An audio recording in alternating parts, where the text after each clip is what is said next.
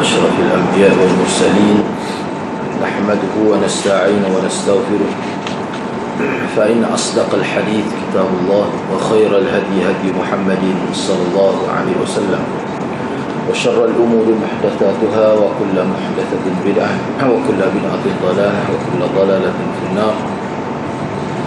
وقال رب اشرح لي صدري ويسر لي أمري واحلل عقدة من لساني يفقه قولي. Alhamdulillah, bersyukur kepada Allah Subhanahu wa taala kerana pada malam ini dapat kita bersama. InsyaAllah pada malam ini saya nak sambung perbincangan secara khusus berkaitan dengan pegawai-pegawai kerajaan di zaman pemerintahan Sayyidina Uthman. Seperti yang kita maklum bahawa perkara isu yang paling besar yang ditimbulkan oleh musuh-musuh Islam di zaman Sayyidina Uthman dengan maksud untuk memburukkan reputasi Sayyidina Uthman adalah dengan menuduh Sayyidina Uthman mengamalkan budaya nepotism, kronisme dan sebagainya. Sayyidina Uthman ini latih anak-beranak dia, pilih kaum keluarga dia, pilih sahabat-sahabat dia untuk menjawab jawatan-jawatan penting dalam pemerintahan pada waktu itu. Dan sebenarnya isu itu kira-kiranya berjaya lah, khususnya golongan Sabaiyah. Golongan Sabaiyah yakni pelopor kepada gerakan Syiah pada waktu itu atas nama politik. Maka dia berjaya menarik perhatian masyarakat Islam yang berada jauh daripada bumi Madinah. Kira-kira berjaya termakailah dengan isu ni. Dan terbukti sebenarnya apa yang disebut tu memang ramah. Ramah tu tidaklah seramah di zaman Sayyidina Ali. Maknanya ada. Kita tidak nafi yang pegang jawatan-jawatan besar tu memang dari kalangan keluarga Sayyidina Uthman. Memang kita tidak nafi. Cumanya bagaimana boleh berlaku pelantikan itu? Kenapa boleh ada berlaku gitu? Itu persoalan. Jadi sebahagian ini telah saya sebut sebelum ini, bahawa ramai juga dari kalangan pegawai-pegawai kerajaan pada waktu itu, yang mana mereka terdiri dari kalangan kaum keluarga Sayyidina Uthman itu. Sebenarnya pelantikan itu adalah merupakan pelantikan di zaman Nabi lagi, setengah-setengah. Pelantikan di zaman Sayyidina Abu Bakar, pelantikan itu berlaku di zaman Sayyidina Umar bin Al-Khattab. Kemudian terus menerus sampai pada zaman Sayyidina Uthman. Dan ada juga pelantikan itu berlaku di zaman pemerintahan Sayyidina Uthman. Jadi dalam kitab ni dia bincang hak besar-besar, makna nama-nama yang dijadikan sebagai isu lah, yang diangkat sebagai isu dalam masyarakat untuk membuktikan bahawa benar Sayyidina Uthman ni mengamalkan nepotisme, kronisme dan sebagainya. Misalnya minggu sebelum ni saya telah sebut hak mula-mula sekali Muawiyah. Muawiyah tiga anak beranak Sayyidina Uthman, bapa Umawi belaka. Muawiyah.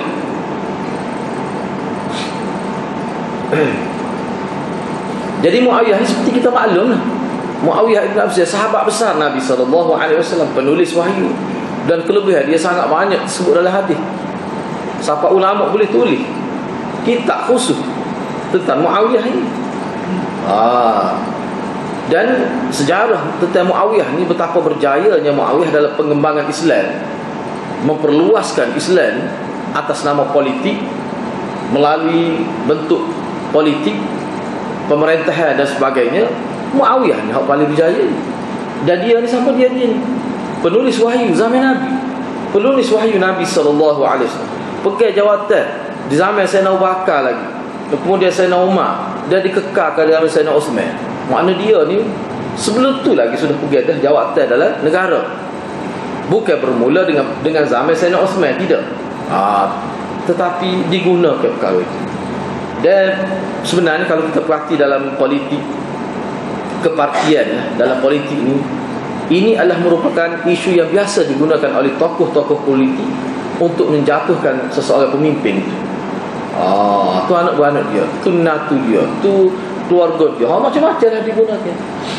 Kadang-kadang ada sungguh tak betul lagu tu. Kalau tak layak latih juga memang timbul masalah. Tapi masalahnya, cuba kita tengok Muawiyah. Siapa dia kata Muawiyah tak layak memerintah? Tak. Dia lebih berjaya hakikatnya daripada Sayyidina Ali sendiri. Tentera dia lebih kuat daripada tentera Madinah. Muawiyah. Kalau orang kata Muawiyah tidak berjaya, tidak berada di kemuncak kerajaan Islam di zaman dia, orang itu memang tak erti sejarah. Orang itu memang tak erti sejarah. Dia tak tengok ke hakikat sejarah. Tak boleh hubah dah tu. Kenyataan itu tak boleh hubah dah.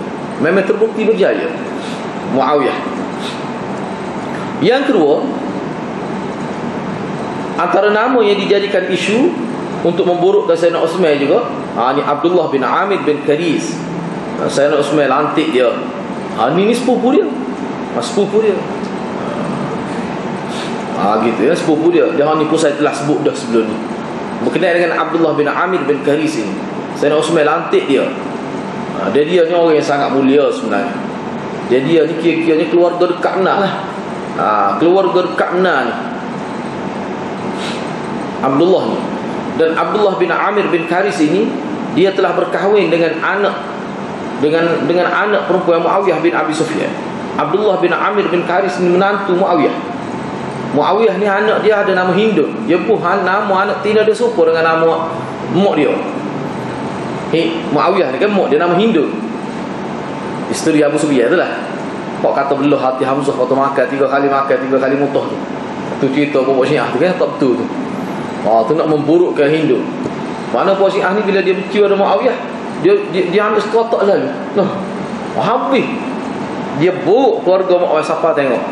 Abu Sufyan. Jahat. Abu Sufyan ni tak ada lah kaki tino sama jahiliah ni. Siapa dia kata Muawiyah ni pun anak zina, anak hasil daripada perzinahan. Kalau betul gitu, orang tak kira dah sama jahiliah. Kalau betul gitu tu. Al-Islam yajubbu ma qablahu. Nabi kata, bila seorang masuk Islam, ialah habis keburukan dia buat sebelum. Tak ada orang tutup buku dah tu. Makna kalau seorang tu duk ukit lagi benda tu, tu makna dia tu lari. Kita tidak, makna teruk benar lah tu. Islam sebut gitu. Al-Islam yajubbu ma qablahu. Nabi kata, bila seorang tu masuk Islam, keislaman dia tu menghapuskan semua keburukan dia buat semasa zaman tidak Islam dia. Tutup buku dah tu. Kalau betul gitu pun. Lepas tu kalau kata Muawiyah ni anak zina, baik dia dengan kita. Dengan demo sendiri tu kata dia. Sebab apa? Sebab dia berjaya. Berjaya Muawiyah. Patut kalau dia tu anak zina dah. Kalau betul lah gitu. Maknanya dia tu patut anak zina ni dosa ke? Dah. Maknanya dengan anak zina dia tu siapa dia boleh naik mercu siapa Nabi bui. Nabi iktiraf dia. Sebab dia ni antara orang yang boleh baca, boleh menulis. Orang intelek dah di zaman Nabi dia. Sebab tu Nabi suruh dia tulis Quran. Nabi nak ambil penulis Quran ni bukan cale-cale orang kan. Kalau kita kata lah ni penulis negara, atas nama negara dia tu dilantik sebagai menulis wahyu. Ingat. Kalau menulis pun kita uduh kita mau apa dia nak ui. Maknanya dia ditulis macam mana? Capu dengan cerdik cukup sepak lah kata batu Nabi ambil dia tu. Sebab tu zaman saya nampak dia gini aja. Kalau kita baca sejarah tentang sahabat ni, antara faktor besar yang menyebabkan khalifah bermula pada zaman Sayyidina Waqar, zaman Sayyidina Uthman seterusnya, punca Nabi lantik sahabat Nabi lantik memegang jawatan atau mengekalkan jawatan telah ada, dia tengok Rasulullah layak orang ni lagu mana. Itu antara faktor besar. Misalnya Muawiyah dikekalkan jawatan sebab apa? Sebab zaman Nabi iktiraf dia. Banyak ketemu kelebihan tentang Muawiyah. Lepas tu dia dilantik sebagai penulis wahyu. Jadi perkara itu menjadi perkiraan. Ciri itu diambil kira oleh sahabat untuk lantik dia pegang jawatan. Apatah lagi setengah-setengah tu, misalnya Abang Muawiyah nama Yazid, zaman Nabi dan jadi kepala tentera. Sebab tu zaman Sayyidina Waqar dikekalkan, zaman Somar dikekalkan. Bukan dia tu kerana keturunan Umawi, dah. Tapi kerana kelebihan karismatik yang ada pada dia tu. Tu sebenarnya. Semua ni lah Abdullah bin Amir bin Karis ni menantu Muawiyah ni. kata Muhibbuddin Al-Khatib, seorang pengkaji sejarah yang cukup kritis, dia kata mana Muhibbuddin Al-Khatib terkenal, dia memang bidang dia. Dia buat kaji dalam bidang dia. Kata Muhibbuddin Al-Khatib, dia kata dia ni Absyamiyul Aba, Hashimiyul Khu'ulah. Dia ni dari segi mana alif po, alif mo, semuanya terdiri daripada pokok pemimpin lah. Dia ni keturunan Abdullah bin Amir ni, Natu Muawiyah ni, kiri kanan alif po dia, alif mo dia, semuanya adalah merupakan keturunan pemimpin. Keturunan pemimpin. Dia keturunan orang kaya lain, keturunan pemimpin lain. Jangan witokau tu. Jangan witokau. Kalau keturunan kaya boleh jadi masalah semua kalau mereka tak kena kaya. Tapi kalau dia keturunan pemimpin, bakat kepimpinan. Dia ni keturunan pemimpin. Alik ayah dia, alik mak dia. Dia ni seorang dermawan, kata Muhibbuddin Al-Khatib. Ini segi bayarata dia. Ni antara tokoh besar yang memegang jawatan di zaman Sayyidina Osman. Tapi dia ni buruk benar dalam sejarah dia ni. Ni. Dia ni seorang saqiyan kariman syuja'an maimunun naqibah. Seorang yang dermawan, budiman, berani dan mempunyai nilai ni cerdik. Genius dia ni. Banyak kelebihan dia. Di zaman dia lah Khurasan, semua Khurasan dan daerah-daerah Farsi, Sijistan, Kirman, sehingga sampai kepada daerah-daerah Ghaznah. Dan dia semua tu di zaman dia. Dia antara orang yang terlibat dalam membebaskan, menakluki Khurasan, semua Khurasan, daerah Khurasan. Dan daerah-daerah Farsi, Sijistan, Kirman sampai pada daerah-daerah Ghaznah. Dan dia telah berjaya wa qada ala Yazdajir bin Shahriyar akhir mulukil Furs wa qawwad akhir amal al-Ambratiriyah al-Majusiyah. Dia ni Abdullah bin Amir ni, dia telah berjaya membunuh Yazdajir bin Shahriyar. Yazdajir ni siapa dia? Maharaja Parsi pada waktu itu. Jadi hak ni berlaku di zaman Sayyidina Umar, zaman Sayyidina Umar. Dan dialah antara yang berjaya menjatuhkan empayar Parsi, yang sinonim kepada Majusi. Iyalah. Memang ketuanya Muawiyah, tapi dia ni salah seorang pemimpin tentera yang terlibat. Maknanya jasa dia besar. Jasa dia sangat besar. Orang kafir, nama seorang orientalis, tersilap James Brown nama dia. Dia sebut, dia kata mengikut kajian dia, kenapa Parsi, penulis Parsi ni tak, pokok Syiah lah khususnya, kerana Syiah dia daripada Parsi tu, malah sangat ni kepada ni. Kalau kita perhati Muawiyah, Abdullah bin Amir, ni apa-apa ni malah sangat, pokok Parsi malah sangat apa? Apakah demo ni jahat? Tidak. Kerana ni lah orang yang telah meruntuhkan kerajaan Majusi. Kita kena tahu. Mana pokok orientalis, dia sebenarnya bukan kata lagu tu. Dia mengikut kajian dia, bukan atas dasar demo ni perangai huduh, dah. Bukan atas dasar kerana demo ni korupsi muatah, dah. Bukan kerana tu, kerana agama sebenarnya. Kerana inilah tokoh-tokoh Islam yang telah meruntuhkan kerajaan Majusi pada waktu itu. Yazdajir itu maharaja terakhir Majusi di Parsi itu, maharaja Parsi terakhir, jatuh di tangan dia. Memang yang Muawiyah lah ketuanya, tapi dia ni salah seorang antara ketua tentera di bawah Muawiyah bin Abi Sufyan. Tengok tu dah, cuba kita perhati. Dia ni menantu Muawiyah, peras sekali dengan tok-tok. Sebab tu kalau dia akak-akak jok lalu. Habis dengan natu-natu. Kita kena tahu lah, kita ni tak tahu. Siapa dia Abdullah bin Karis ni? Tak tahu. Abdullah bin Amir bin Karis ni, menantu Muawiyah. Gapo dia jasa dia ni? Kita ni, kalau kita nak umur kita berapa ni, seorang pun tak lagi tak masuk Islam kerana kita.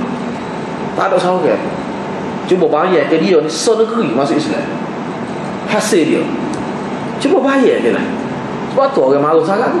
Mana kita kena ingat, bila kita sebut tentang peluasa kuasa, membebaskan negeri, membebaskan negara, takluk negara tu, itu dengan maksud dakwah, dengan maksud nak supaya masyarakat situ masuk Islam. Memang terbukti Parsi daripada Majusi selepas jatuh ke tangan Islam, memang negara tu jadi negara Islam. Beberapa ketika jadi habis masuk Islam. Khurasan habis ni, wilayah-wilayah Rusia tu. Jasa siapa tu? Ni tak bukan seorang masuk Islam kerana dia ni. Beberapa buah negeri besar dia gerak. Padahal dalam hadis Nabi kata sesiapa yang seorang saja masuk Islam kerana dia, padai dah dia nak masuk syurga. Kita mana untuk lalu dia masuk syurga tu sudah terbuka luas. Seorang kalau masuk Islam berkait dengan sebab kita. Bahawa ni tak tahu berapa ratus ribu masuk Islam kerana dia, kerana hasil daripada dakwah dia. Dakwah dia pula bukan melalui jalan biasa, jalan peperangan antara hidup dengan mati. Kata Ibnu Katsir,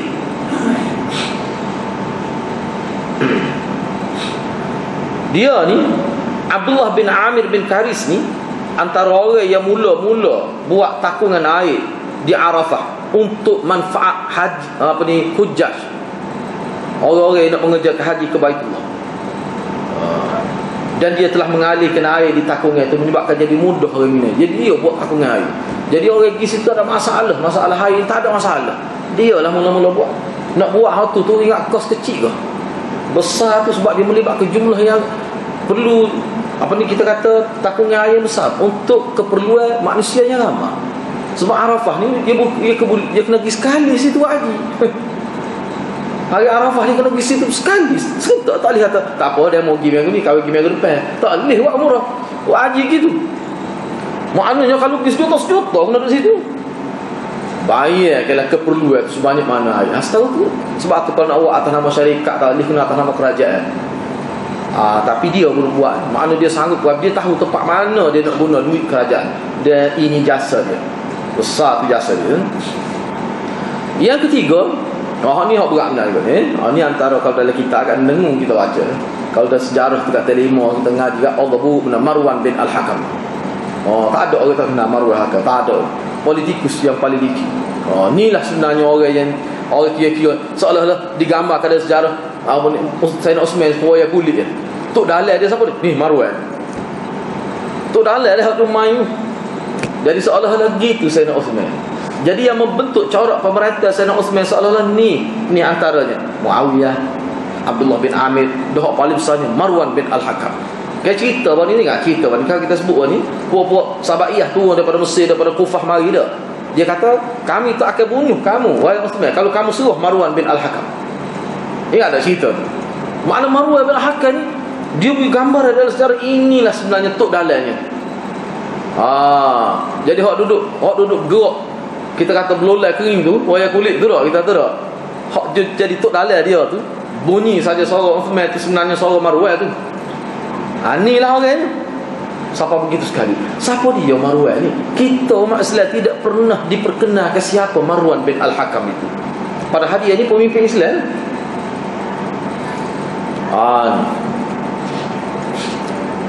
Ibnul Arabi, tokoh sirah. Ibnul Arabi ni tokoh sirah. Ni kepakaran dia. Dia tulis kitab lah. Memang orang perakui. Bila orang tulis sejarah tentang sahabat, hadirat kalau bacalah kitab mana-mana pun, kalau menyebutkan tentang sejarah sahabat, orang tak tiga. Ibnul Arabi ni. Hebat dia ni. Kitab dia paling sahih yang menyebutkan tentang isu kontroversi zaman sahabat adalah Al-Awasim minal Qawasim. Tu terkenal dia. Sebab ada alih lah, bukan Ibnu Arabi tu dah. Ibnul Arabi. Kalau Ibnu Arabi tu ulama kata tak betul tu. Tu tak betul tu. Waktu bapak sufi sesak tu Ibnu Arabi. Ibnu Arabi. Jadi kata Ibnul Arabi, dia kata Marwan bin Hakam ni rajulun adilun min kibaril ummah inda sahabah wat tabi'in.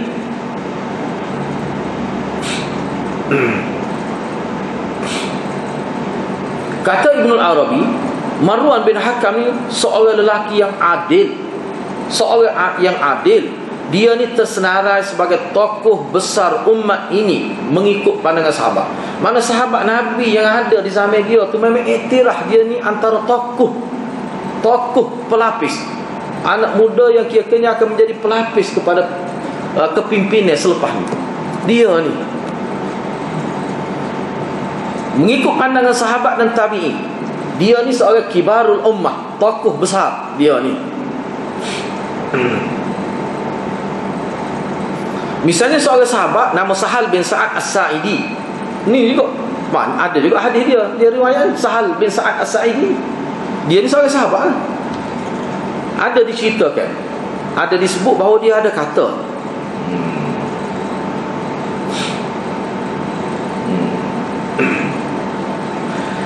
jadi kata sahabat nama Sahal bin Sa'ad, dia kata sebenarnya Marwan bin Hakam ni pokok tabi'i ke golongan tabi'i.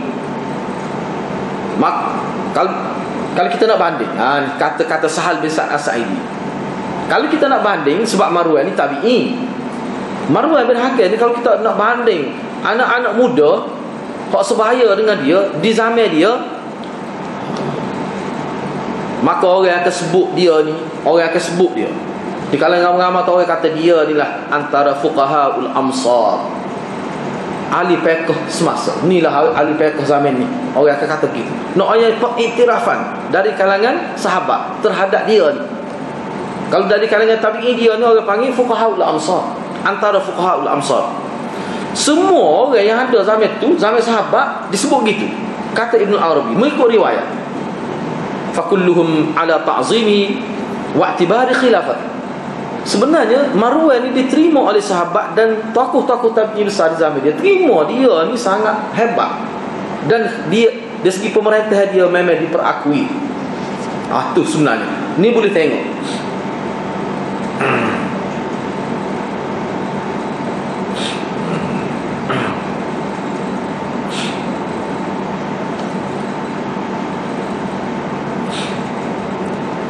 Walaupun ada juga lah maknanya yang menentang tu, tapi yang menentang tu sebenarnya kecil saja.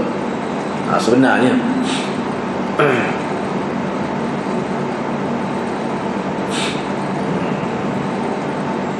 kata Ibn Arabi lagi, dia kata orang-orang yang menyebutkan keburukan Marwan dan menghukumkan dia sebagai fasik, ahli maksiat, macam-macam kata pada dia tu, sebenarnya mereka ini adalah merupakan sufaha, golongan yang tidak tahu cerita sebenar, golongan bodoh sebenarnya. Tu sebenarnya, dan terdiri kalangan orang fasik. Ini dalam kitab dia Al-Awasim min Al-Qawasim. Bahkan Ibn Khaldun, ini nama biasa kita dengar.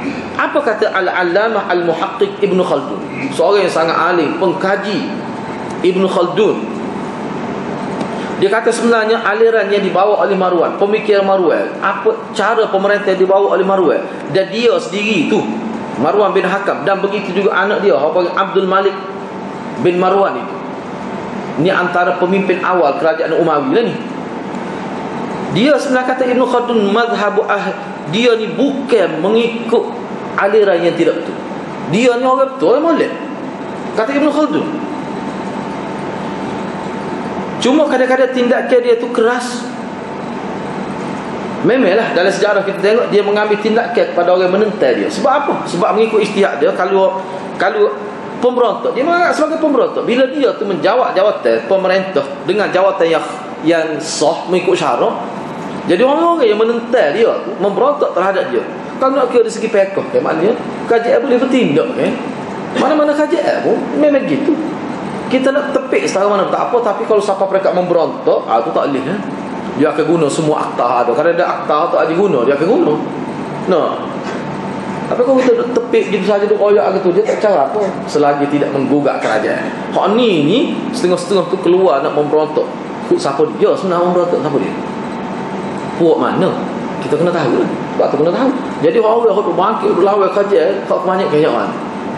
Hak mana? Ada juga di kalangan sahabat, di kalangan dia, tapi hak banyak yang mana? Buat-buat Syiah lah. Hak tu sebenarnya.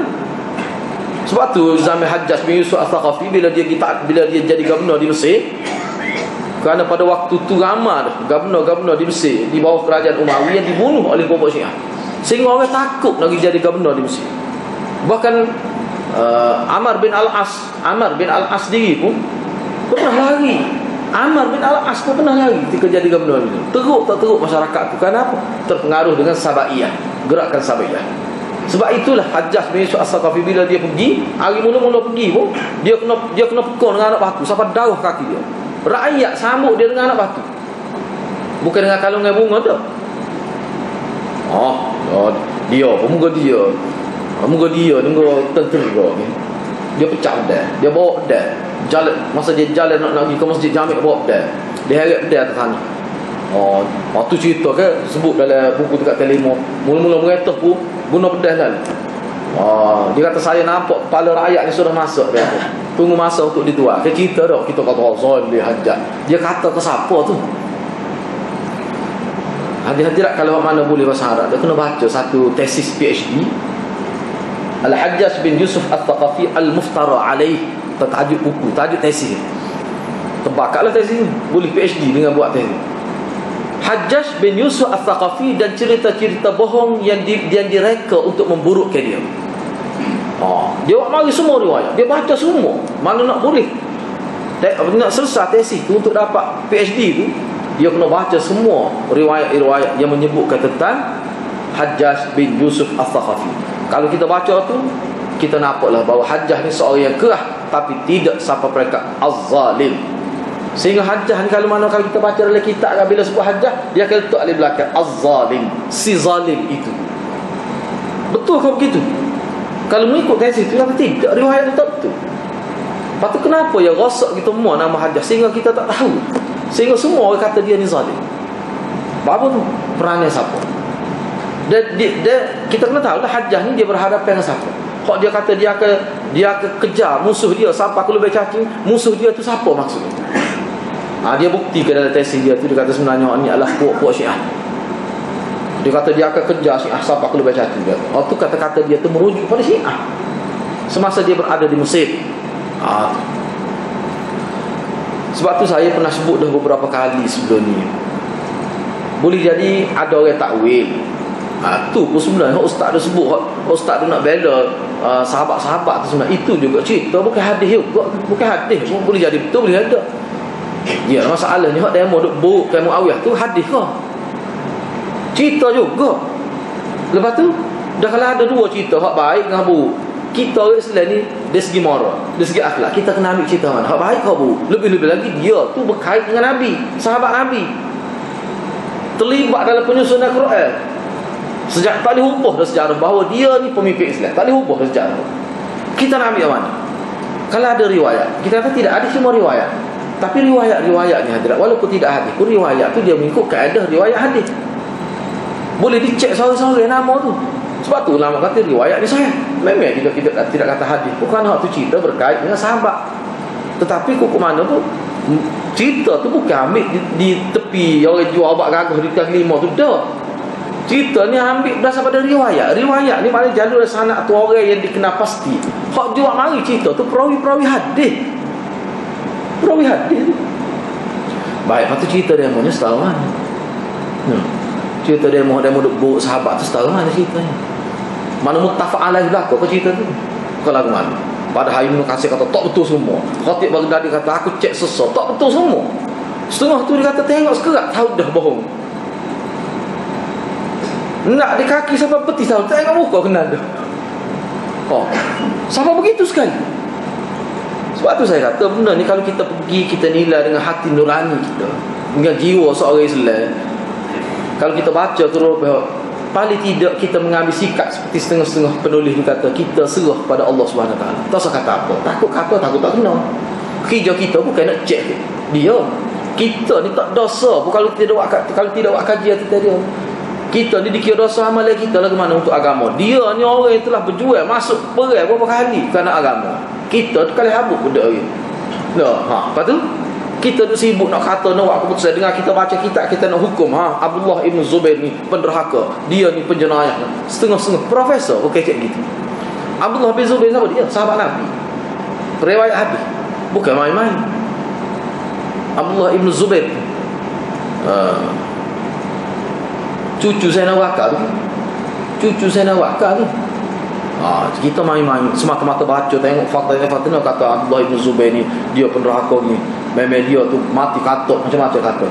Ya, Abdullah ibn Zubair tu sahabat tu. Jadi kita ni jangan buat berani tak terkali lah. Jangan buat berani tak terkali. Kadang-kadang dia usahain dengan apa sini aja lagu tu. Ya, jadi berani tak terkali.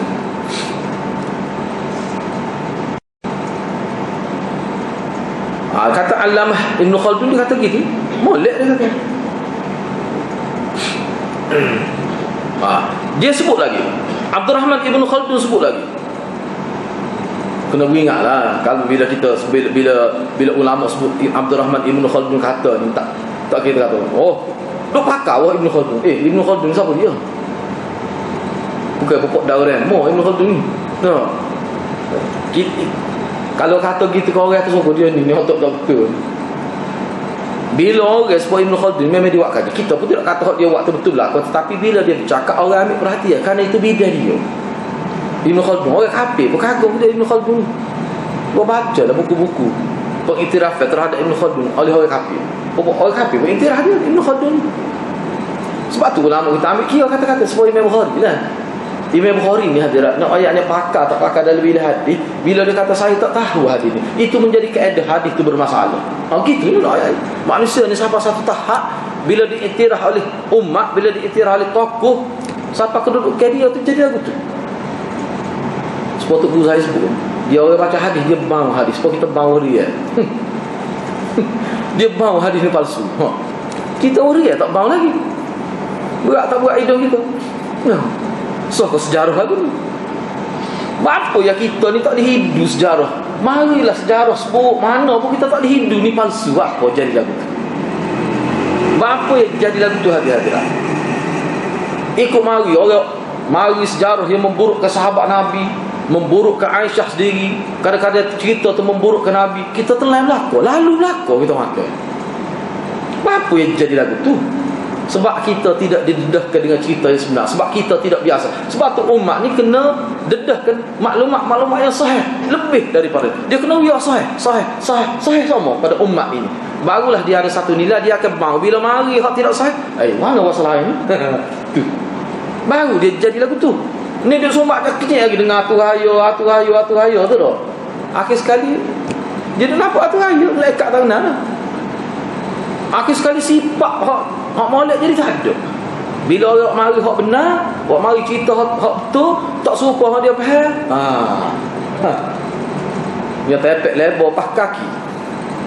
Ni ustaz ni. Hari ni dia kata ustaz ni kalau jumpa aku nak cabut janggut dia tu. Berat dia kata. Aku tak tahu ajar ni. Cabut misah. Bukan cabut janggut. Dia masuk. Kita kerja. Tak boleh jumpa lah tu. Tak noyaknya orang kita pelah ustaz tu. Dia kata ustaz ni kalau jumpa aku nak cabut misal dia kata. Kita pun baca kata tak boleh jumpa tu. Sampai gitulah hadirat berat ke berat orang kita ni. Apa tu? Sebab apa? Sebab maklumat ni bercanggah dengan dia faham. Berat tu lagu tu. Tak boleh buat kira sikit rabut lagu tu. Jadi kata Ibn Khaldun, Marwan bin Al-Hakam ni sebenarnya di zaman dia ni antara idola sebenarnya zaman dia. Menjadi ikutan. Dan mengikut salaf dia ni orang baik. So beginilah kita kata dah. Yazid. Bila saya sebut Yazid, hati-hati tak berasa berdasar pada maklumat yang kita ada, sama ada maklumat yang kita ambil dari sejarah di sekolah, kita dengar orang mengajar apa. Bila sebut Yazid, kita nampak tak molek. Tidak gitu dia. Bila Yazid bin Muawiyah ni kita bila nampak kat air, nampak hudup. Secara spontan kita nampak seorang pemimpin yang gilatin, yang suka hiburan. Ada seorang anak ku atas kepala bawah, anak ku ekor hanya minat pada burung, macam dia suka jenis main-main semasa ramai dia. Itulah yang kita tergambar. Tetapi kalau orang tanya, pernah orang tanya Imam Ahmad setara mana antara Yazid bin Muawiyah, kalau nak banding Yazid Muawiyah dengan Umar bin Abdul Aziz. Orang pernah tanya Imam Ahmad. Kalau tanya kita jawab wan lagu. Kalau dia tanya kita, oh kita kata li gua pun kena Umar bin Abdul Aziz sokong kita. No. Li gua pun kena. No. Mesti kita kata tak ada, Umar bin Abdul Aziz jauh lebih baik pada Yazid. Kalau kita kata gitu, apa kita kata gitu? Apa yang kita kata gitu? Sebab kita baca sejarah, kita dapat maklum ada sejarah Yazid ni tu Umar bin Abdul Aziz memang molek. Memang betul Umar bin Abdul Aziz memang molek.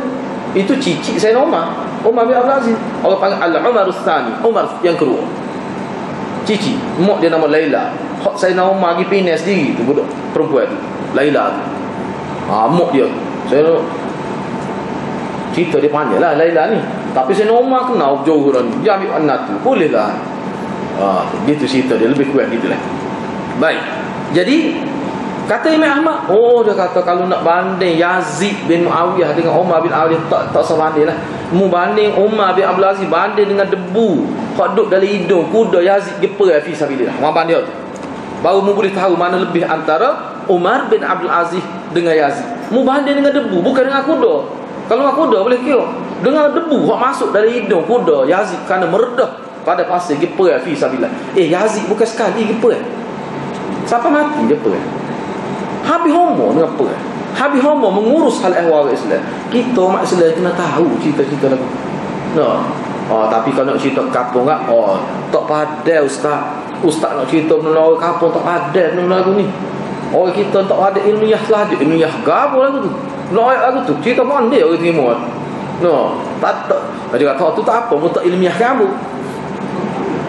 Pulaknya Talih masyarakat kita ni bukan bodoh. Apa kita nak membodohkan masyarakat itu? Cerita-cerita lagu tak boleh, orang tak ada nak faham, orang tak perlu. Orang perlu pada pihak sufi, tarikat tu ya. Orang perlunya. Orang tak perlu pada cerita-cerita lagu ni.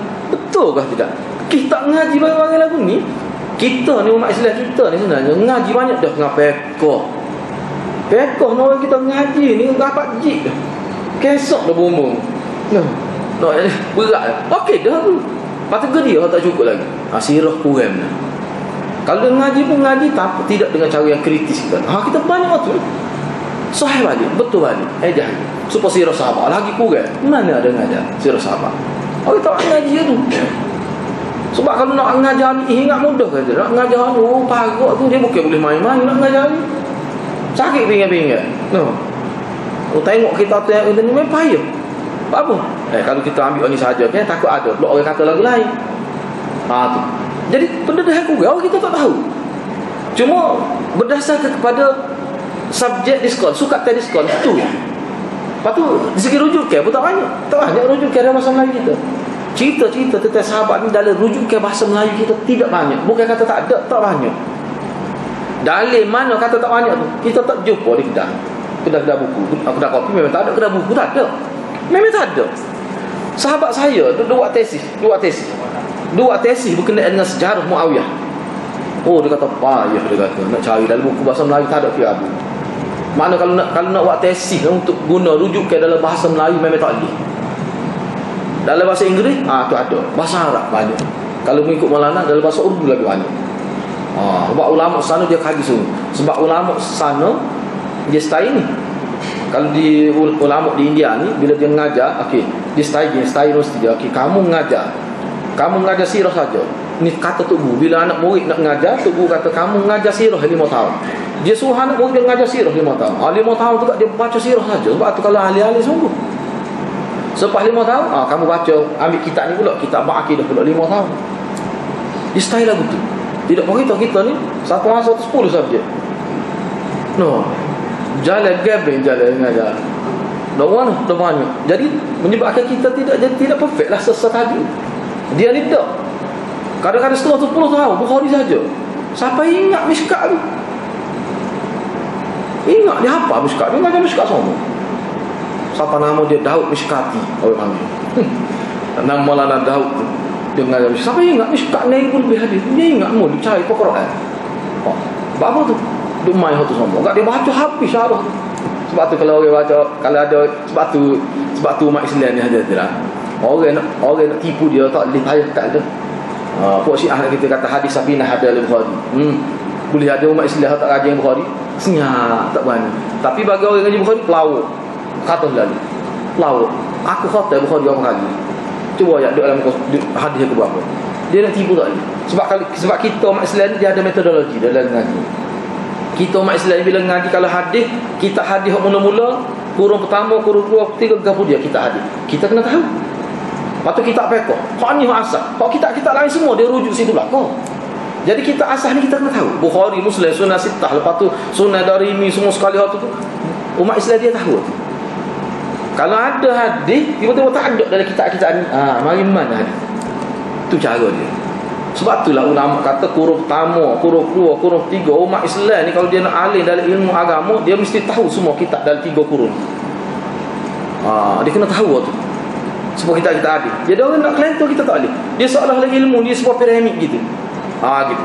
Jadi waktu kemuncak ni 3 kurung pertama tu, di situlah dia besar ilmu. Jadi kalau orang ambil jalan rantai lagu ni, kita boleh kata tak betul lagi. Dia nak ambil mana misal contohnya banyak benar hadis. Dah hadis umur 200 tahun ada. 200 tahun baru umur hadis. Ada. Patah hadis umur sebulan pun ada. Kok tahun 2015 pun ada umur hadis. Kita tahu mari mana tu. Aku nak ngaji. Itu kata tak ada. Rujuk malam-malam kata ini tahu ni hadis wasak ni. Dia hadis wasak. Jadi banyak benar. Jadi kita sebagai orang Islam ni dia kena kita beri maklumat lebih banyak ngaji supaya kita lah. Kita waktu mengaji fiqh banyak dah.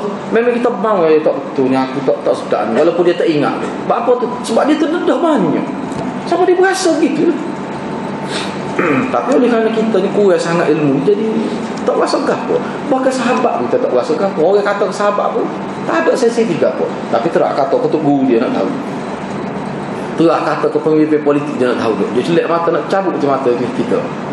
Tapi kalau kata ke sahabat, dia boleh makan lalu betul lah makan. Tak ada berasa apa. Apa yang jadi kita. Itulah masalahnya. Itu masalah kita. Maknanya sukat penting kita tinggal. Sukat utama kita tinggal. Apa dia? Perihal sahabat. Subjek tentang sahabat ni kita tidak jadikan sebagai satu sukat dalam pengajian masyarakat kita. Hatta di universiti pun tidak. Sebenarnya di universiti pun tak ada sukat khusus. Kecuali orang tu nak buat tesis, dia nak kaji. Nak yang kita malah saya sebut kita bukan. Ada sahabat saya nak buat tesis, nak buat kajian tentang sahabat secara khusus. Pensyarah dia tak sih. Buat pensyarah dia aku tak tahu tu. Dia pun kena kaji jurnal pula, nak cek tu dah. Maknanya sangat kurang bidang. Tapi kalau di negara barat, negara Arab kita kata, umat Islam sana boleh. Nak buat tesis hadis Thaqalain, tak ada orang sanggup nak jadi jadi musyrik. Hadis Thaqalain. Tak. Anak buah saya nak buat tesis tentang hadis Thaqalain. Tak lulu. Apa tak lulu? Profesor tak payah nak rujuk. Nak ayat pun. Pada hadis Thaqalain itu menjadi tempat bergantung utama Syiah hadis. Tapi bila nak buat tesis tu tak dulu. Proposal tak dulu. Bagus. Tak ada rujukan dia kata. Payah dia nak cek payah. Dia payah nak cek. Gitulah nak ayatnya. Ana sebut tu bukan maksud nak merendahkan nilai intelektual masyarakat. Profesor-profesor kata tidak. Nak ayatnya setengah-setengah ilmu ni berada terlalu baru. Kita kena terima hakikat. Kita kena terima hakikat.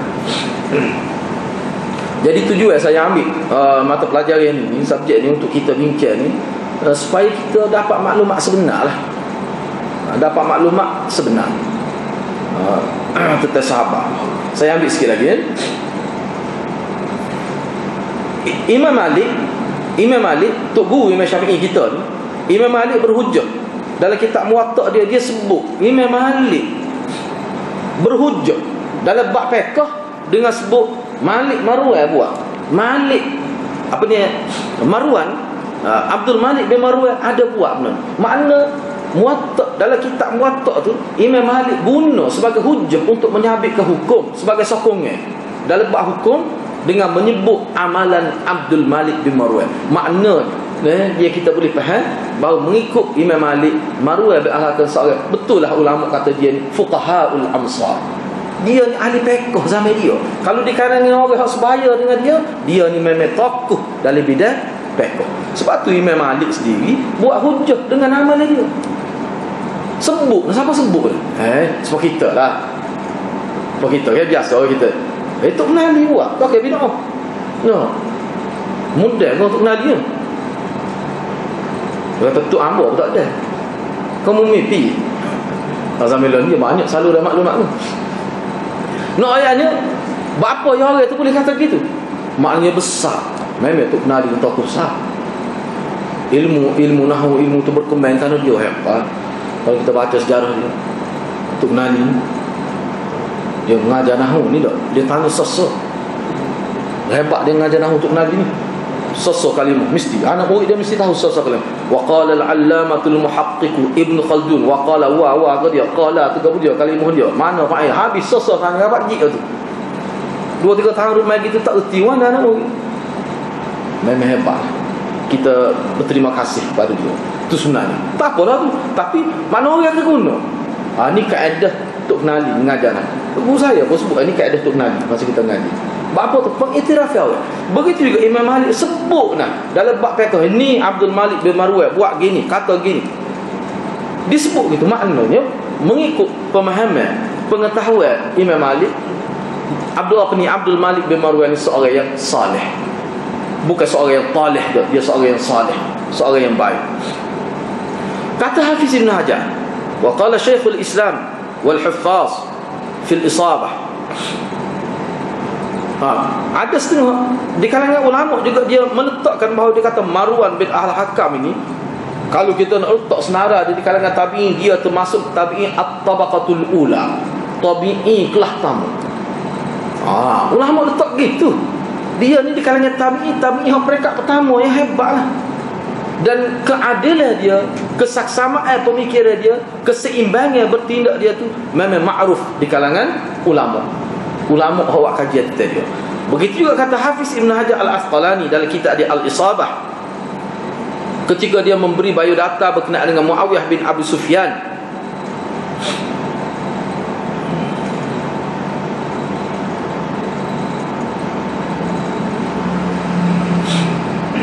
Dia kata Muawiyah bin Abi Sufyan ni antara orang yang ambil riwayat daripada dia adalah Marwan bin Al-Hakam. Hafiz Ibn Hajar sebut dalam kitab Isabah dia semasa dia nak hura tentang Muawiyah. Dia kata Muawiyah bin Abi Sufyan ni hadiah boleh tengok dia ada rujuk kes ini. Dia ada rujuk kes Al-Isabah jilid pertama muka surat 477. Dia kata Muawiyah bin Abi Sufyan ni dia kata antara orang yang ambil riwayat daripada dia, yang mengambil riwayat hadis daripada Muawiyah bin Abi Sufyan ni salah seorangnya Marwan bin Al-Hakam, Sa'id bin Musayyab. Waktu gitu dia sebut.